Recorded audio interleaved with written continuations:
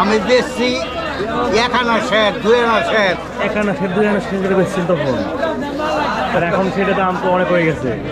তাও তো পড়তো না, যে সময় 1.5 বেচছি হ্যাঁ। তাও লাভ হচ্ছে ডবল।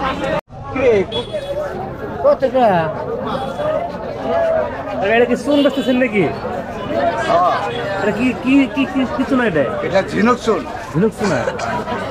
এইভাবে আগলা বেচতেছেন কত করে বেচতেছেন এটা? 50 টাকা কেজি। 50 টাকা কেজি। টাকা কোথায় নিলেন? 1 পোয়া?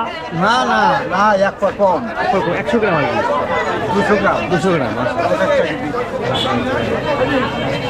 তো এইগুলো আপনারা আনেন কোন থেকে? আমরা নিজেরাই বানাই। নিজেরাই বানান?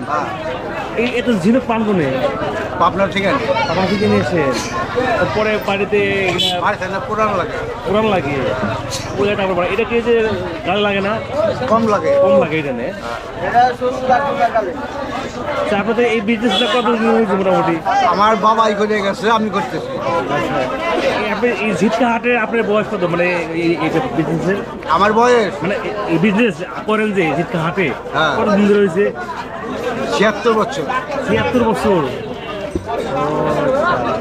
তখন তো দাম কম ছিল, এখন তো অনেক দাম বেড়ে গেছে।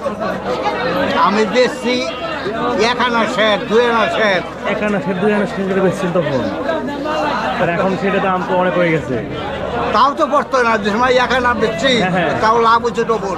আর এখানে এই 1 কেজি বেচলে লাভ হয় 5 টাকা, ওই উঠবে 10 টাকা। হাটে মোটামুটি তো আপনাদের সাপ্তাহিক হাট শনিবার। শনিবার তো শনিবার দিনে মানে কতক্ষণে বেচা হয় আপনার? 1 মনে 1 মন ধরছে।